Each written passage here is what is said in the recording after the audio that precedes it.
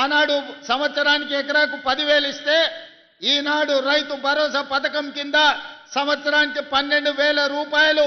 మొన్న జరిగిన రైతు భరోసా కార్యక్రమంలో 9 రోజుల్లో 1,50,00,000 ఎకరాలకు 9,000 కోట్ల రూపాయలు మీ ఖాతాలలో టకా టకా టకామని మీకు కనక వర్షం కురిపించి రైతు భరోసాలో భాగంగా 9,000 కోట్ల రూపాయలు 3 నెలల కింద రైతు భరోసా పథకంలో ఇచ్చినాం.